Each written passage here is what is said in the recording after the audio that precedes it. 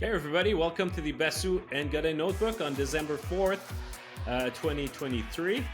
I am Marc-Antoine Godin, and with me, I have the guy who owes me 2 beers. Yes.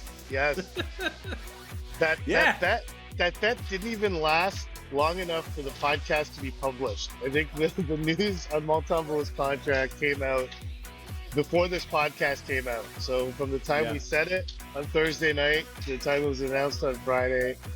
So congratulations, I owe you a couple of beers. Excuse the noise in the background. I'm at the Bell Center, high above in the press box.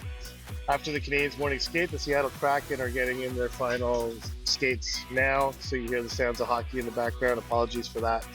But it's a game day, so we got to do what we can to get this podcast out to you, our loyal listeners and viewers. That's right. But yeah, Yes. let's start with Sam Montembeault. Let's for sure start there because I think a lot of what we said in the last episode kind of got confirmed, Mm-hmm. in especially with Ken Hughes talking on Saturday morning, kind of referring to sample size and some of the things that I think he low key hinted at were some of the concerns the Canadians had. But some of the good things is that the consistency in his performance, which you mentioned in the last episode, and just how he does not.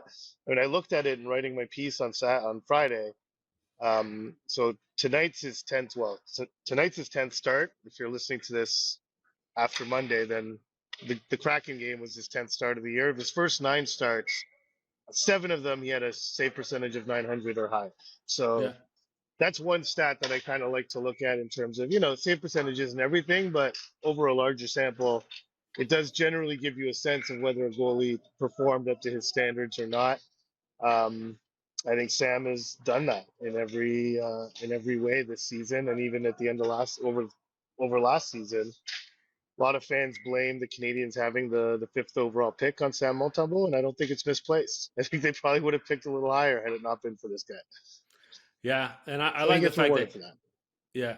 I don't know if Kent read my article, but I mentioned when Monty signed that he was first in the NHL at 5-on-5 among all the goalies who played 10 games or more, both in goal against average and especially save percentage. So I think that we're getting into a zone here where I think the Canadians have in Samuel Montembeault a guy that they can be confident with, that they can trust, especially 5-on-5. I think there's still improvement to come on the PK, but 5-on-5, I mean, he's really delivered. But one thing of note, though, and it's interesting because I dug the numbers and I saw on Natural Stat Trick, that they have the average shooting distance, the average shot distance that the goalies face. Yeah.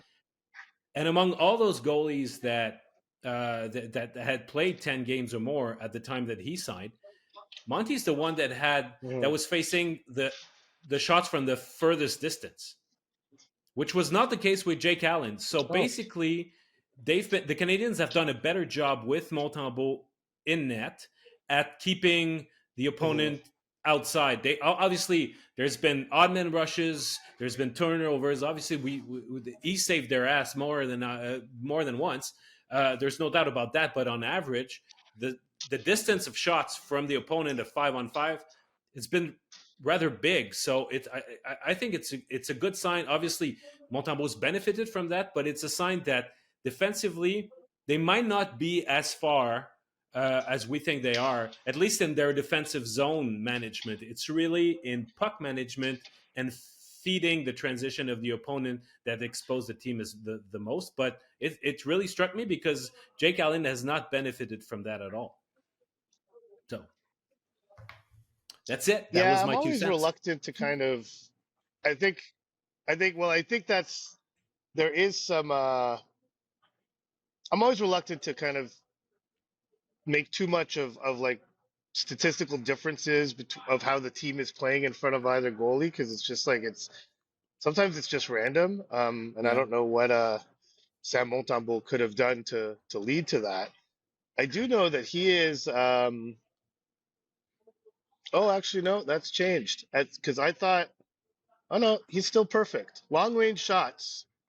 He has faced 65 long range shots according to NHL Edge data and has not allowed a goal from Okay. distance. Um, yeah, mid range. still 931 mid range, which is well above league average. And it's really in the high danger Yeah. that he is below league average. He's well below 50th percentile, and um, so listen, he's not a perfect goalie. If you were a perfect goalie, he'd be getting an 8-year contract with $8 million a year, and that's that's. But I had a chance to talk to Jake Allen after the game Saturday Yeah. about him, I saw. and you know this is yeah, it's in my notebook today, but it's just kind of like he is just so he's the anti goalie. He's just he's just such a down to earth normal person, such a non goalie, and just and so him talking about Sam and like he mentioned some of the things that he's really impressed with by him, and one of them I thought he is that he's learned how to be big. He's learned how to, and this is something that Caden Primo is going to have to learn, but he's learned how to really benefit and use his size. Mentioned how deep he plays. He's Yeah. still able to get there. How good of a skater he is. But said that the main thing is that he's consistent with his game plan. And I found that, and he said, I don't mean goals against. I don't mean he's consistent in his performance. Is that he's consistent in his approach and how he approaches game. And I remember Nick Suzuki was talking Saturday morning about how Sam Montembeault on a game day and Sam Montembeault on a day he's not playing are two completely different people.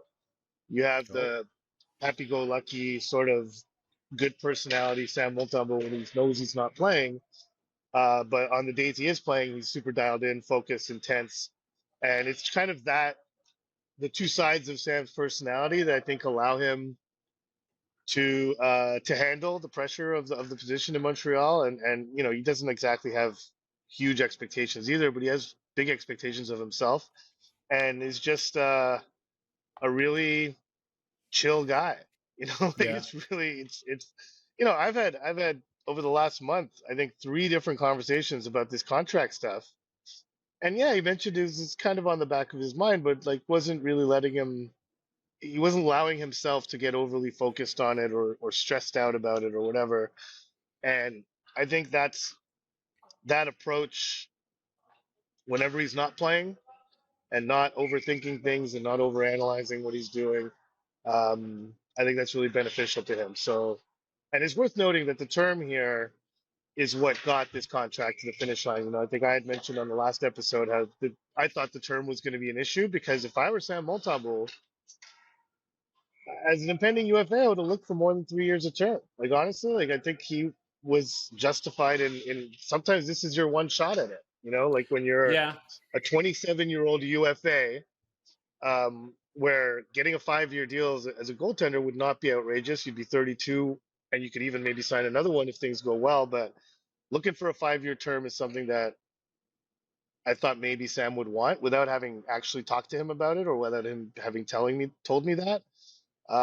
So him accepting the 3-year term um, and accepting a salary that's below Jake Allen's, uh, I think those were two pretty major concessions from Sam, and showed the extent to which he really wanted to stay here. Because I think both those things were to some extent a line in the sand for the Canadians. They did not want to go too long, and they did not want to go too much money because they're still, I don't want to say skittish, but and they're not doubting Sam by any stretch. But it's just that with the sample size um, that he's had so far, it's difficult to judge what he will be over the next 5 years. It's difficult to judge what he'll be over the next 3 years. So there was I think, some caution exercise there, and I think Sam accepting that this was the reality in dealing with the Canadians and not being tempted by the UFA market and hoping to get a Corpusalo like contract or even Jack Campbell before that,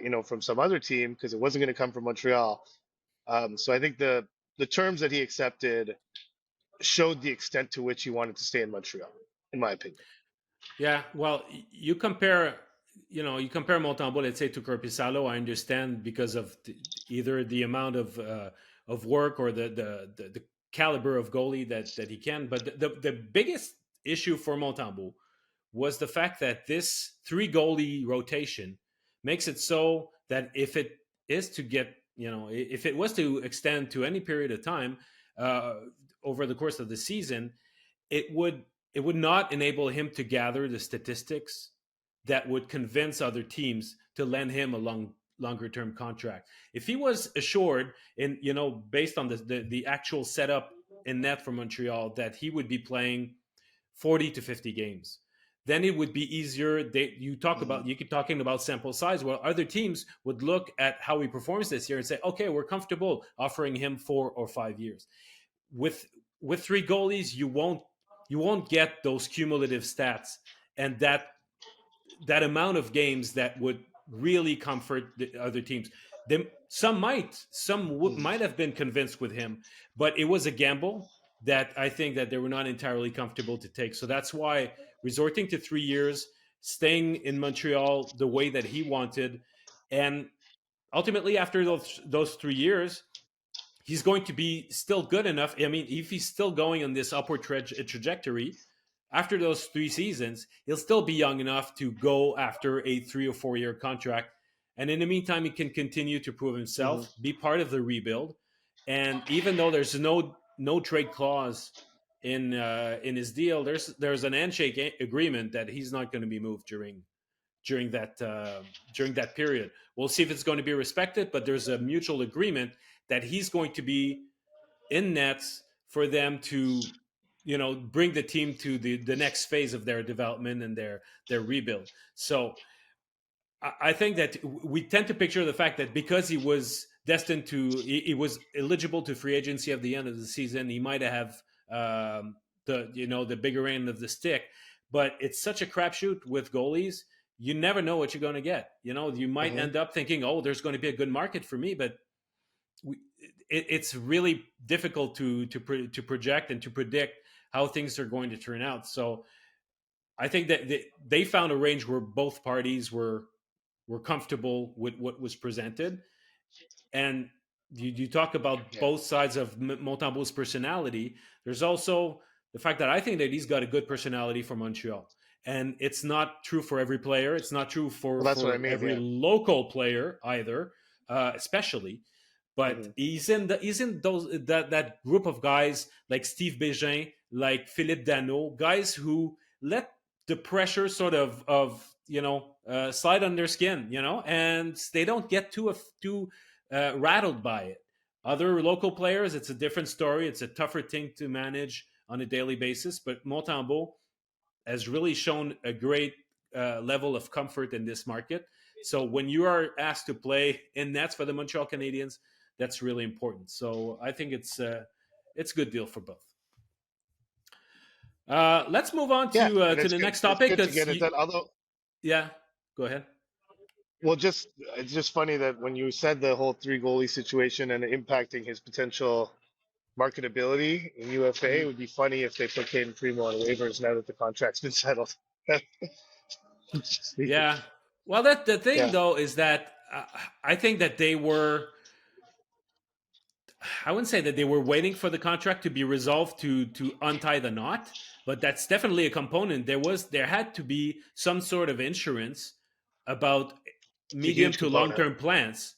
Say, okay, well, at least we're securing one of our guys. We know where we stand. Then it doesn't become a decision of which one of the three are we getting rid of. But we're down to two goalies, and now it's going to be are we keep trying to move Jake Allen, or we take the chance of sending Primo down? To which point, do you think that right now at this point in the season, with how things have evolved around the league, do you think it would be more or less likely that Primo would be picked up if he was put on waivers now? I think it's as likely as it always was. I think it's there's enough teams out there that are getting really bad goaltending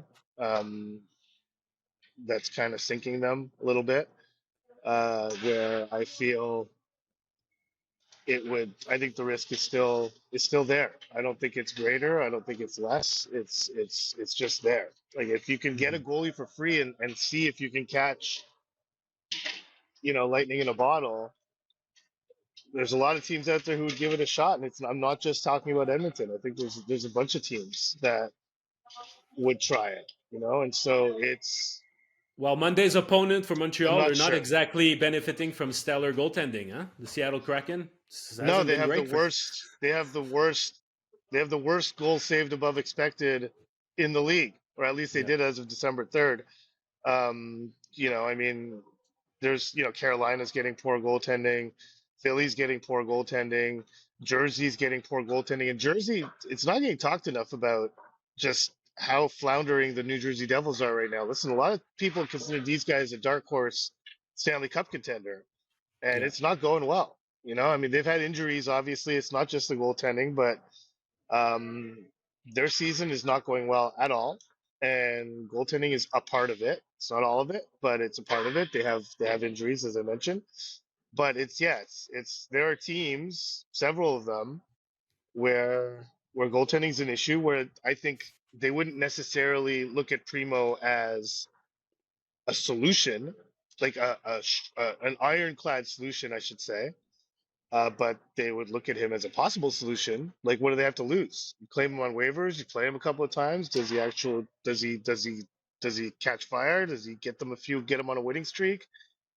It's worth a shot. So I don't think it might even be higher than it was at the beginning of the season, because I think some of those teams that I just mentioned did not expect, especially the one the Canadiens are playing tonight, especially Seattle, did not expect to have such poor goaltending, and Carolina being another one. I mean, these are, Carolina especially, and now suddenly Philly is kind of in the playoff mix, and like maybe they would want to bring back a Primo to Philadelphia, um, yeah. That'd be a good and storyline. give it. So yeah, I think the likelihood, yeah, that would be a pretty cool story, but I think the likelihood is still quite high, and frankly, the Canadians aren't going to allow that to happen. I think that's been made clear, and Ken Hughes pretty much said so on Saturday that they're not willing to lose Caden Primo on waivers. So this situation might continue indefinitely until they can find a solution. But Primo on waivers is not going to be one of them. I was basically joking that they would put him on waivers because of the Montembeault contract, but Hmm. you're right to say that the contract status of Sam Montembeault was a big factor in how they were managing the three goalie situation. So now that factor's gone, maybe looking for a solution that makes life easier on the goalies, um, is they're more motivated to do so, Yeah, and I think because that instead of just being an asset management situation. yeah, I think that when you look, you mentioned those teams that needed better goaltending, and they're actually considered good teams. Carolina, New Jersey, the Kraken had a great Hmm. season last year. You could add the Minnesota Wild too. Well, those teams, if they were looking for an upgrade in net, they would not go to an unproven youngster that is not No. convincing the Montreal Canadiens, who are a bottom third team, that he can be their number two goalie yet. They're not absolutely convinced with that. So I think that if those teams are to be in discussions with Montreal regarding a goalie, it would make more sense to me that they'd be looking at Jake Allen rather than Primo. So Oh, of if I course. had to bet, In a trade, of course. I'm yeah, talking about yeah. waivers. No, That's a I two understand. completely different thing. Yeah. For sure, but if it's not one, it's the other. So I think that in Yeah. the likelier option, in my view, is that if I had to bet, I would say that the Canadians would finish the season with Montembeault as their starter, Primo as their backup, and either in an Allen trade or in another trade, they're going to find a guy that's a better option in Laval than the two guys that they currently have. A guy that they could call up Mm. in case of an injury, but who's less likely for one reason or another to be picked up via waivers, maybe because he's carrying too big a salary. You look at Seattle, they've buried the contract of Chris Dreger. He's a guy that Hmm. obviously you put him on waivers, nobody will claim him because it's hampering your salary cap portfolio or your You envelope. mean, But for Montreal, having a guy like that in Laval and being able to call him up, that'd be good. So, you mean and someone it like wouldn't Casey cost DeSmith? anything. Yeah. Well, I mean, yeah. Well, Casey DeSmith, he found himself a nice niche, but I would say there are certainly two or three goalies. The Oilers Yeah. are we hear that the Oilers are interested in bringing Jack Campbell back from Bakersfield. In the meantime, they've had Calvin Pickard acting as a number two goalie. Calvin Pickard's another guy, in my view, that could fit in that role because they need to have a security blanket as a number three. Primo cannot be that guy anymore because you cannot send him down, but you Mhm. cannot carry three goalies forever. Hence, you need to have an upgraded Laval and a guy who's unlikely to be picked up on waivers. Those guys, they can be acquired via trade. So, yeah, I think that if I had to handicap, I'd say that's going to be the course of action before the rest of the season. We'll see. We'll see. Yeah, we'll see. I think they value Jake Allen for reasons that go beyond goaltending, and that I think that's what would make them reluctant to move on from him and to give Primo the backup job.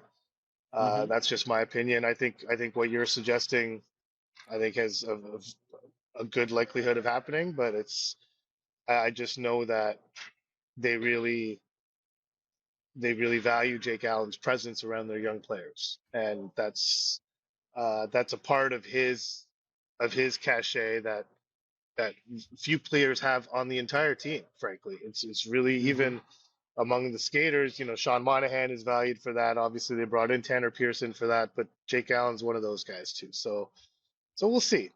Um, One of those young guys that benefits from the presence of people like that is Justin Barron. And so, funny little story this morning, Monday morning, after the morning skate. So no, go back. Saturday morning, Ken Hughes came out, graced us with his presence to discuss the Sam Montembeault contract. And so I decided to ask kind of a more general, like where you feel the team is at question at this point of the season. Funny little backstory to that. We tried to get Ken Hughes to talk to us in Columbus and do like a quarter season review. And the Canadian said no. Ken said no. And he happened to run into us before the game. He's like, "What is this quarter season review stuff? I'm not doing quarter season review." I'm like, okay, fine. We tried, whatever. It's okay. It's your prerogative. So when I asked that question, that's why if you watch the press conference, that's why Kent says, "I guess this is the quarter season review." That's the backstory to that answer and why he was laughing. But his answer, I thought, was excellent. Like, listen, it's the team is what it is. They're not in a position to compete. They want to see progression. And what I found interesting is that, I didn't ask him to name any specific players.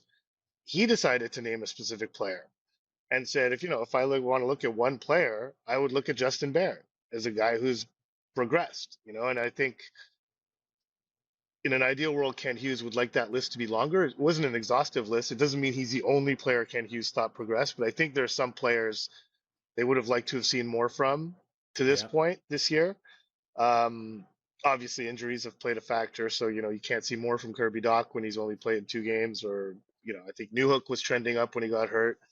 But Justin Barron, when you think of who he was at training camp and how the whole discourse around him, and I think even Ken Hughes mentioning it's someone that he wanted to see more from and wanted to see more of a progression. So for him to single him out, I thought was pretty noteworthy. And so I went up to Justin after the morning skate on Monday. I said, "Hey, did you hear what Ken Hughes had to say about you?" And no, did you hear what Kent had to say about you? He's like, "Ken?" Like, no, Kent, the GM. It's like he's like, Oh, Mr. "No, I Hughes. haven't. I hadn't actually." Oh, Mr. Hughes. Sorry, I don't call him Kent, Yeah. but um, said, "No, I hadn't." So I told him what he said, and a little smile came across his face, and was obviously he's flattered. He's like, "It's great to hear that. It's obviously great to hear that from someone like him." I suggested that he should read the news a little bit more often than he does, but anyhow, that's besides the point. But the main thing with Justin Barron has been his defensive game. I think we've talked about this, but I've talked to Justin about it a lot. And today I got into it a little bit more, and it's really specific things, stick positioning, when to attack to kill a play, when to physically engage, how to take away time in the defensive zone. And there's a lot of video work that's done. And he mentioned it's even in practice, like Adam Nicholas and Steph Robida right after he does a drill will point out, okay, there you went there, you should have gone there. Mm-hmm. And in the video sessions, they'll also include clips of him doing the things that they've been working on. And Martin St. Louis was interesting afterwards, explaining that and saying that you know, everything for him starts from there. That's why they focus on that because they know the offensive ability.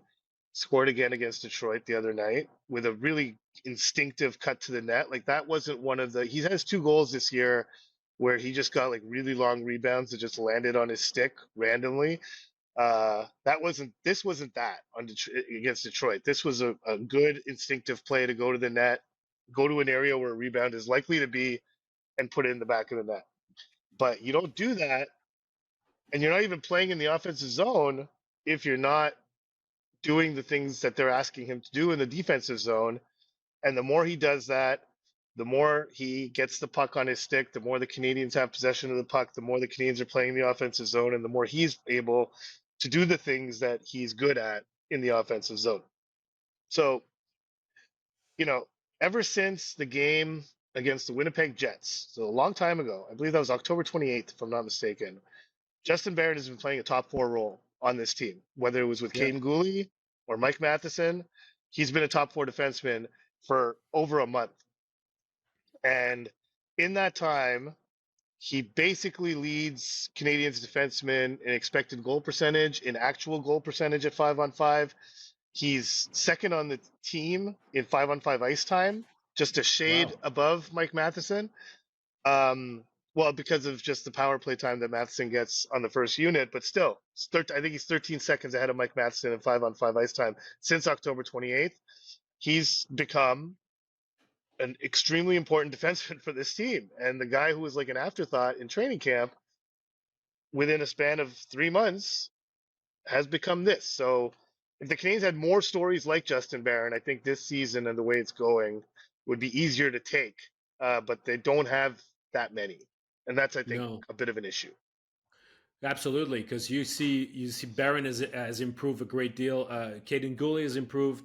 There we've seen improvement from Newhook, from Slafkovsky also, which we're going to get to in a minute.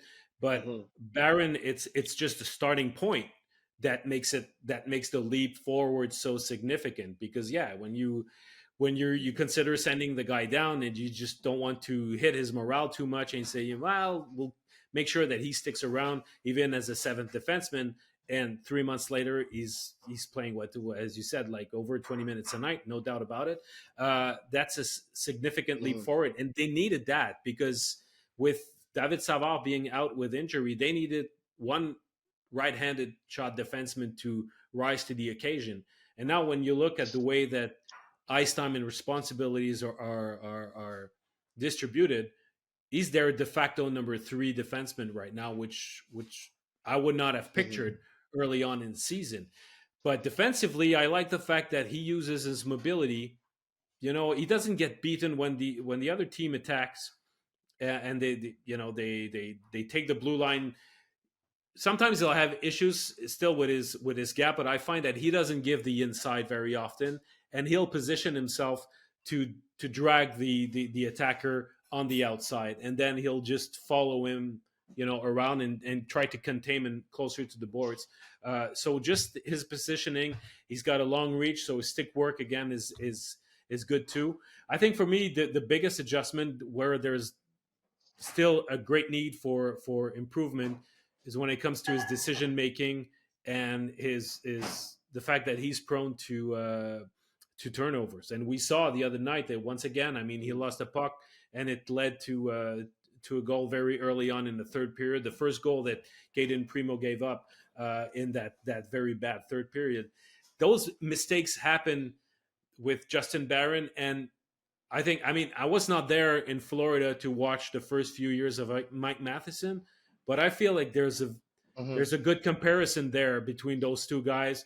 The type of challenges that they both have, and the same and a similar skill set. I mean, Barron doesn't have maybe the quality of pivot or the explosiveness that Matheson has, but the decision making, the brain cramps that have to be compensated by really inspired and creative play offensively, that balance, which Matheson admittedly struggled with early on in his career, that's also what part of what Barron has to deal with now. And he's made such big strides in I that don't. I department don't. since the beginning.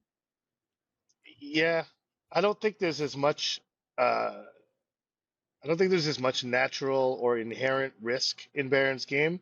Matheson struggled because in the NCAA he was able to take risks and not get burned by them. And that was a big part of who he was as a player. Like, I don't know if the risk taking is as much a part of Barron's identity as it was for Matheson. So it was a real difficult and a real long process for Mike Matheson to get to a place where he has proper risk management. And frankly, he's still trying to find it. You know, he Hmm. goes through periods where he still can't properly evaluate the risk in his game.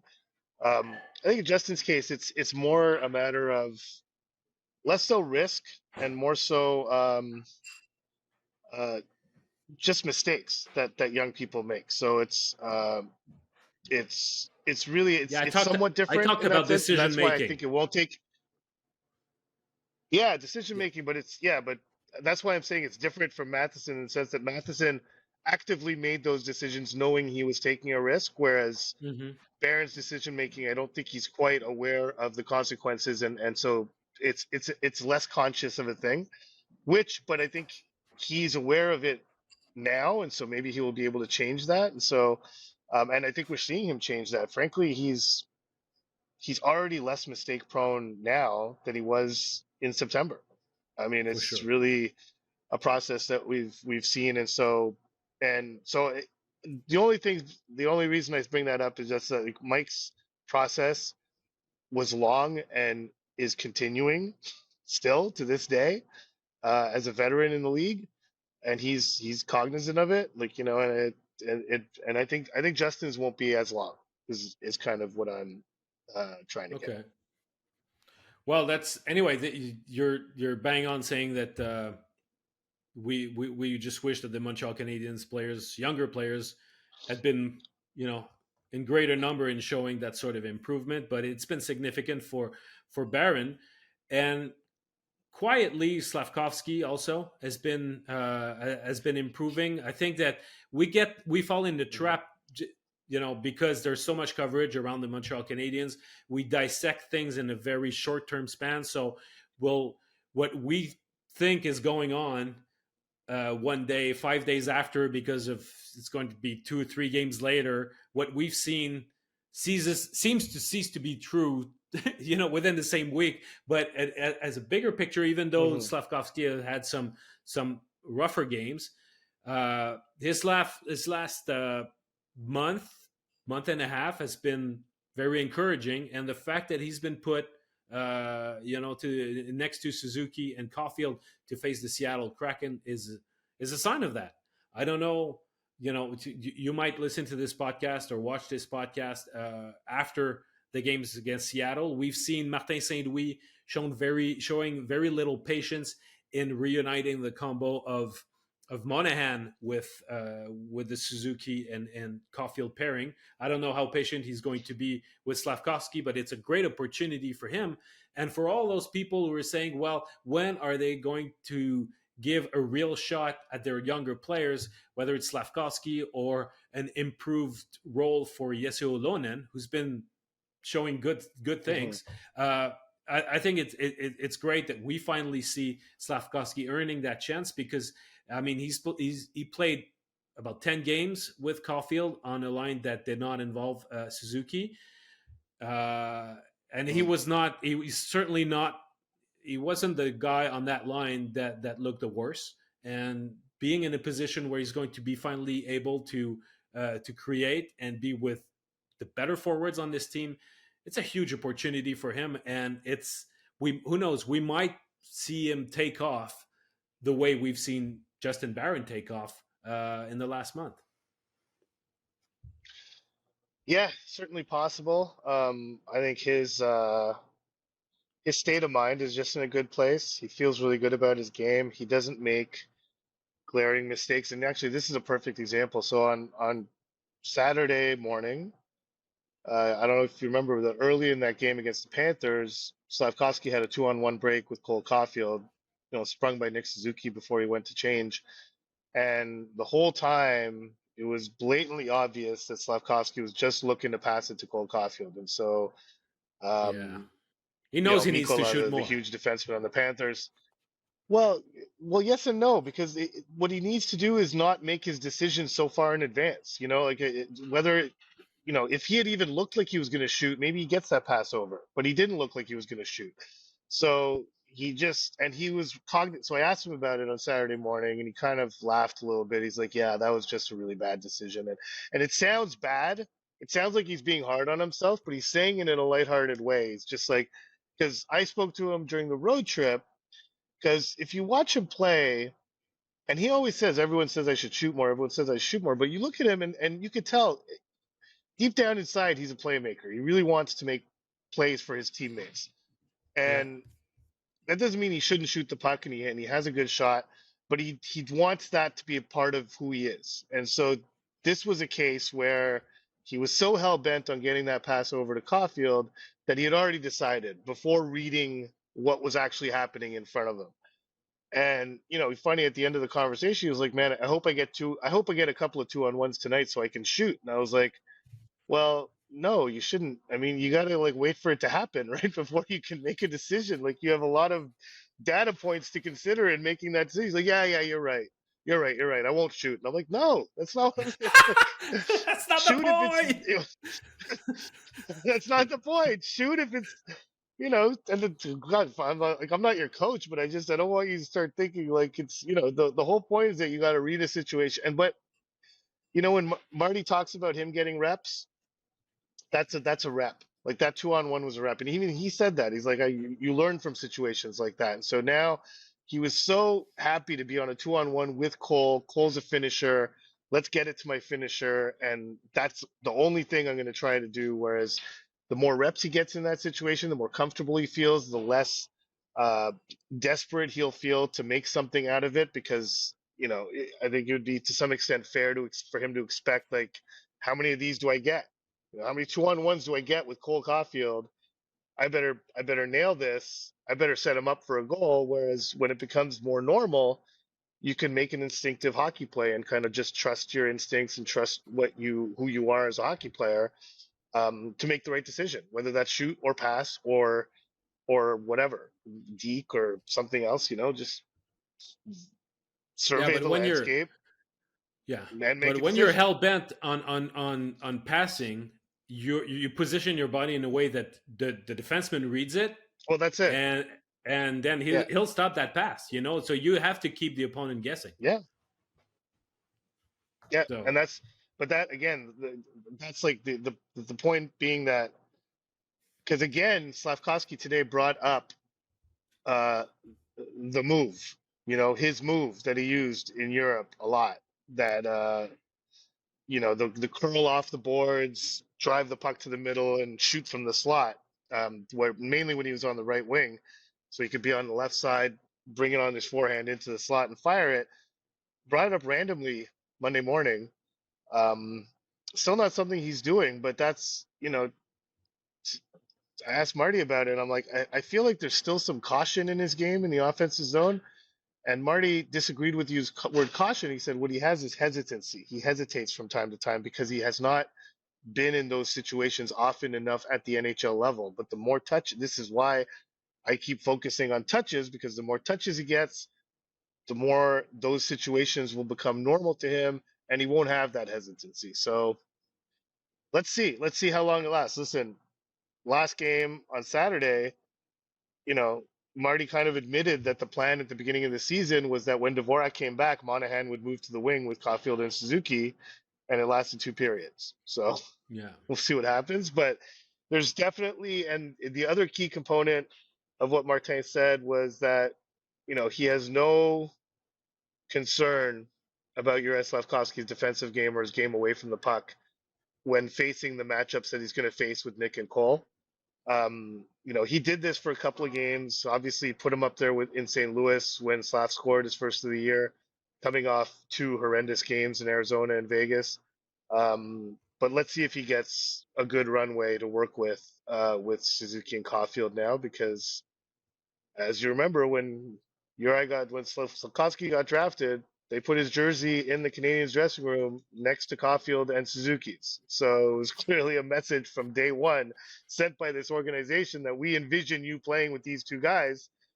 So give it a chance, and if it doesn't go that Yeah. well against Seattle, then come back with it and let them get a little bit of a run here and see what they can do. Well, he's got a size element that certainly would help that line. He's a guy. Marty mentioned the fact that he's winning most of his battles, his board battles, Mm-hmm. which is something also that this line could use. And so he's got certain elements to his game that are comparable to Josh Anderson, and that's why at first there was such a long experiment of Anderson with those two guys. But the difference is that Slafkovsky, I believe, in time with experience, will show a much better hockey sense than Anderson has, and that's something that playing Low with bar. players of that caliber will give him the opportunity to showcase it. And his defensive game is still uneven, but he has not exposed himself, in making very bad routes or very bad coverage at the same rate Mm-hmm. that he did maybe in the first, I would say, 7 or 8 games, where at that point it was so blatant, so obvious that he seemed more like a liability than he is now. So Well, I think Marty put it's it perfectly Monday. I think Marty put it perfectly Monday morning when he said his defensive game is not perfect, but for a 19-year-old, I'd say it's pretty darn good. It's like all things considered under the circumstances, his defensive game has made great strides, um, to the point where it was the point where Marty made the move he did on Monday. Yeah. Okay, let's move to the mailbag, because we have a lot of questions, and I'll say that thank you so much for sending so many questions. There are some questions in there that were very big picture questions that that touched on the development plan for the Canadians over many years, their chance of succeeding in their rebuild and what needs to happen, and so there were various questions to that effect. So what we're going to do is that those questions, we're all going to bundle them up and use them to make our Friday episode out of it. So this is going to be like a It'll be specific Future topic. Friday. Well, that's it. It's a future Friday for the whole organization. That's right, Yes, and not just exactly. about one player. But let's get started. Since we're discussing Slafkovsky playing on the first line against the Seattle Kraken, there is Josh Danduran who's asking, in your opinion, what is the ideal lineup? How would you construct the roster with all the injuries? So basically, the Canadians right now have 13 forwards. How would you build your lines in an ideal world, Arpin Basu? I'll let you go first, and I'll go after. Well, the top line would be what it is. Mm-hmm. Caulfield, Suzuki, Slafkovsky. I see a lot of people um, frustrated with how much patience Martin St. Louis is showing Josh Anderson, but I gotta say I gotta agree with it.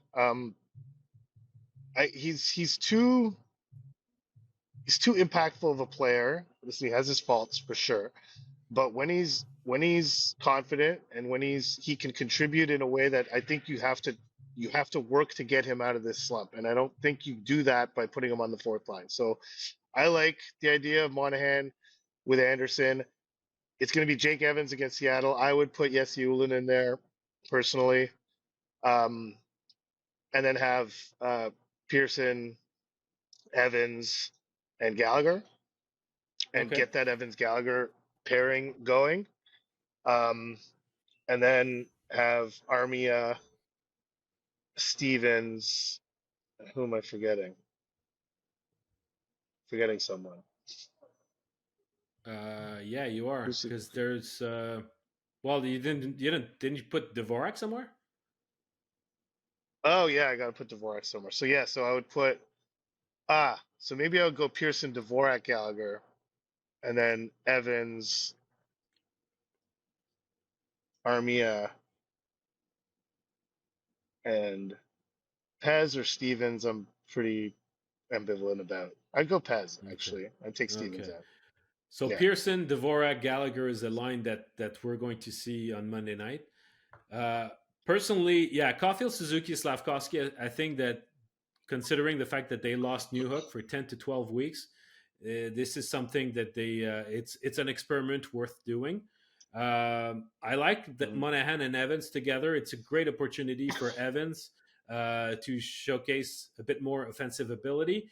Um, but I would switch Anderson and Gallagher and have Gallagher on that second line because it's nothing against Anderson, but to me, Gallagher has still a chance to beat Brendan Gallagher when he plays with Evans, less so than when he plays with Dvorak. Whereas Anderson, I don't think right now whoever he plays with is much of a factor. I think that he just needs to find himself, and after that, put him on the line, and he's going to contribute wherever he is. But I think it's just a matter of finding his groove and be Josh Anderson. And anyway, he's never been, you know, how a lot of coaches, and Marty's no different, they like to create duos before they create lines. Well, Anderson's always been the complementary guy on his line. He's never been part necessarily of a duo. Mhm. So I would have Monahan, Evans, and Gallagher. Then I would put Ulonen in a slightly more offensive role. I would do Ulonen, Dvorak, Anderson as a third line. And then I would Mhm. do Pearson, Stephens, and Army as a fourth line. That's that's how I would roll. So, but you Okay. know, it's and for now, Pizzetta might be the odd man out, the easy guy to take out, as St. Louis says. But Yeah. you know, Armia, and Ulonen have been playing very good hockey. Armia, I think, has played. I don't know how many games he's played so far since his latest comeback, but I feel like more than half of his games, you look at him and say, "Oh, that's good. That's good Armia right there." You know, that's and Yeah. so you have to count on the when he's giving you that sort of hockey, he needs to play, and sometimes he can be legitimately playing higher in the lineup than on the fourth line. But if you have him on the fourth line with Pearson and Stephens, that'd be good. But tonight it's with Ulonen. And you know, Pizzetta has to wait his turn, but I think that having called up Mitchell Stephens, probably another reason for you to owe me a beer. Mitch, having him called up, well, it enables the teams to keep Monahan um, in the on the wing, and you know, create more flexibility, because you can have a second line that's going to be defined by a higher percentage on the face-off. You know, having Monahan on one side and Evans on the other, you try just to make sure that you start the puck as much as possible, so that second line would benefit from that. I guess that's part of the logic behind it.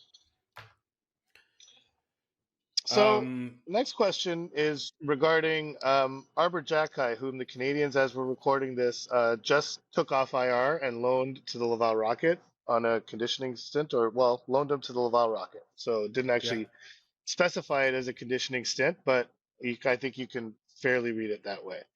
Um, so I think Jaden Struble has been playing well. So we have Charles66 on X and Marco Laporte, who both had questions on this. Charles had a question that I want to address. With the emergence of Struble and the eventual return of the injured D, would you see management trying Arber Xhekaj at the forward position? Now, this is something a lot of people seem to think is like a viable solution in the National Hockey League. Oh, Lane Hudson's too small to play V. Play forward, whatever. Think to yourselves how often this happens in the NHL. If it were so easy to do that, if it were so easy to just go from playing defense and being a defenseman your whole life to suddenly in the best league in the world go change position and be an effective forward, then you would see it more often. And it's pretty rare. It doesn't happen very often. And so the reason for that is, I mean, if you've ever seen Moneyball, and the whole, Billy Bean trying to convince Scott Hatterberg that he can play first base at the big league level and trying to say that it's easy, and having, I think, was it Ron Washington that's next to him? And having Ron Washington say, no, it's incredibly hard. Yes, it's incredibly hard because you don't just go from catcher to first, you don't just go from catcher to first base at the major league level.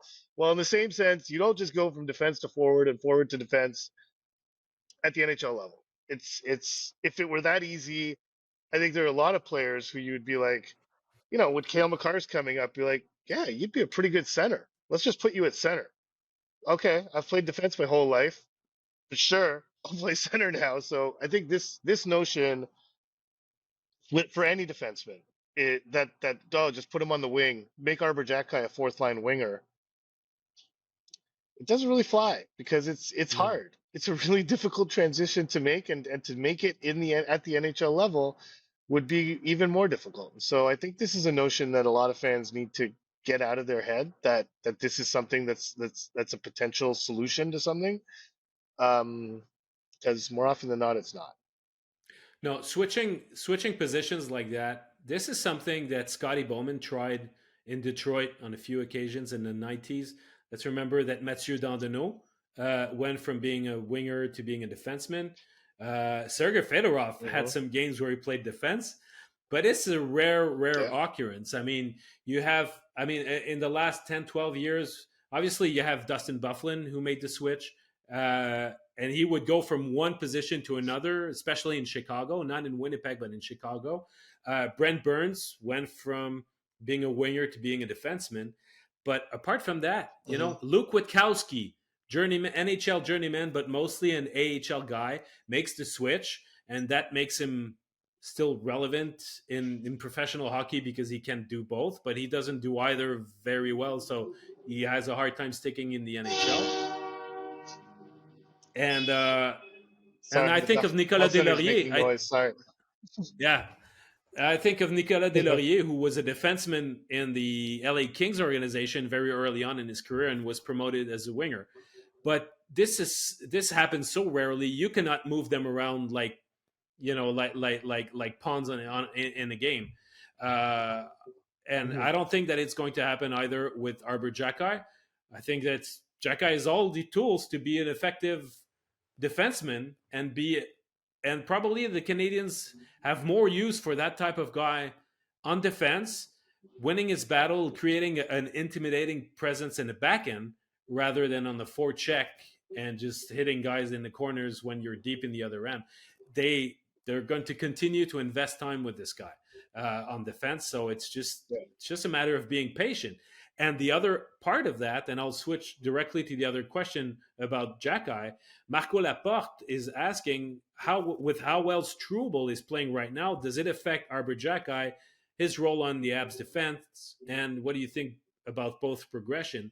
Um, Again, it's not because there's a new guy in town, Struble, that all of a sudden Xhekaj is old news. After a little while, Jackie was not having the best start to his season, and with a fully healthy decor, he might have been sent back to Laval. So we'll see how long he stays there. But Struble has been called up with three guys missing on the blue line, and he's barely playing 11 minutes a night. For certain stretches of games, they play 5Ds, and he's just used sparingly and not in a very easy to understand matter of when he's being thrown out there. It's hard to really understand, but so he's proving to be an interesting prospect, interesting younger defenseman, and he might be part of the equation at some point. But in a healthy lineup, Struba's going to be sent back down, and it's just one more good guy to have. So before thinking, oh, we have a seventh defenseman that's available, so let's cut one of the top six. That's not how it works. You need to have tons and tons of defensemen available. It's good from him to see that he belonged, that he can help. But I mean, it's going to be a matter of days or at most weeks before Xhekaj takes his position back. Strubles is sent down, and one day, if we have both of them in the lineup, it's going to make the Canadians bigger, meaner, and they'll be happier for it. Yeah, and one thing I would add on Struble is that what's become clear, and I agree with you 100% that he will go back to Laval. If it's between him and Jack Guy, Struble will probably find himself back in Laval. Um, but what's become clear to me, at least, is that Struble's game is better suited to the professional game than it was the NCAA. I think Yeah, the Canadians yeah, had some questions about how he was kind of finishing up at Northeastern, and whether he could make this transition. if you remember, he played all 4 years. There was some question as to whether he would sign, but anyhow, you're seeing now, and you saw it as soon as he arrived in Laval last season, that the professional style of game is is just better for him. So that's a good sign for the Canadians because relatively high draft pick. I thought the luster had come off him as a prospect because of sort of the underwhelming kind of results in college sometimes. But with in a well structured environment where physicality is valued more, um, he looks like a more viable prospect. Yeah, and it's going to Um, his physicality is something that he'll have to develop and understand at the pro level because he's not the biggest guy. He's a great athlete and he seems like a strong kid, mhm, but he's not huge. He's no Arber in terms of frame. So if he wants to make physicality like a key component of his game, there's going to be an adjustment needed. So, and I think that there's mhm, still untapped offensive part to his game that we might be seeing later on, probably more in Laval than in Montreal. But we've seen a lot of defensemen joining the rush and just jumping into play from time to time. While he's doing it too, he's being careful to not getting burned because he's already playing less than the others. He doesn't want to sit even more than that. But he's been you can uh, you see that he sees the play, he reads the play, and he's eager to jump in when he can. yeah. Um, So let's do oh one more. Let's do yeah, one more question. Um, so we had one on an email question um, sent to Basu and Godin at gmail.com from Eric Toth, who described himself as a longtime listener, first time emailer. So thank you for the email, Eric. Question: in the past, you both listed some young players the Canadians would like to target should they become available to follow the new hook Gurianov and Kirby Doc trend, which I think you're good to put Gurianov in that group, even though it didn't work out. These are really smart targeted trades, but I wonder, are there any high impact impending free agents out there 1 to 3 years away that you both think would be realistic for Montreal? Is there an ideal player in your minds that our cap could allow for? And is it in the team's overall plans to pounce on something top end and a little older through free agency or trade to bring this team into focus? So maybe this actually would have fit on our Friday episode a little better because it is part of sort of a long term thing. But um, I could answer that question more generally that there is a window in which the Canadians believe that they will be able to go after a player like that. Like let's say a William Nylander if he were to reach market this year, or an Elias Pettersson at some point if although things are trending pretty well in Vancouver, and I would imagine that they would do everything in their power to keep him, as same as the case with Nylander. But when an opportunity like that arises, I don't think the Canadians feel they're that far away from being able to add a piece like that. Maybe not this coming off season, but I think starting with the off season after that, they won't.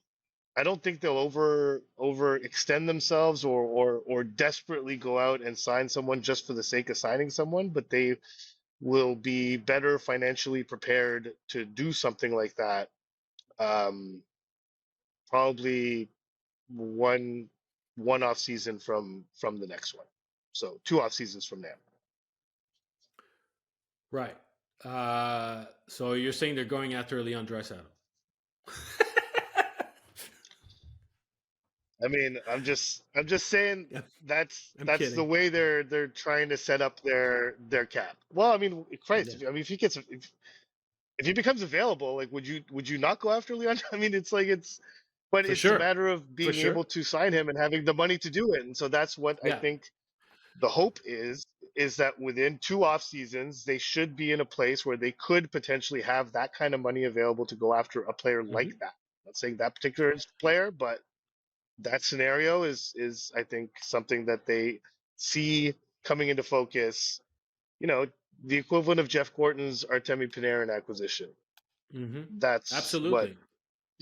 And the kind of thing that they would be looking to do. it's not mutually exclusive with the moves that saw them acquire Doc and Newhook, because when you talk about making making the financial space to acquire a top five free agent, well, the gamble on Doc and the gamble on Newhook is a way for them to acquire potential top six talent or top six talent and having them sign for multiple years at a rather low number. Like Doc was already a bargain, and I think that Newhook will prove to be at some point during his deal. So if you're able to get young talent without paying too big a price to acquire them, and then you sign them for a medium to long term deal, somewhat below market value, then you free up some space to acquire, your top flight free agent. But it's got to arrive at the right point, and you need to have sufficient progression signs from all the other guys in the organization, so that you feel like this one guy that's missing is not going to be your entire strategy, that he's going to be the missing piece, but he's not going to be what makes everything coherent, what makes everything lift. So you've got to see improvements in all the other areas before they choose to spend all that money on one guy. We'll see if it happens eventually. I don't think that this summer is it. So Nylander, I really doubt it.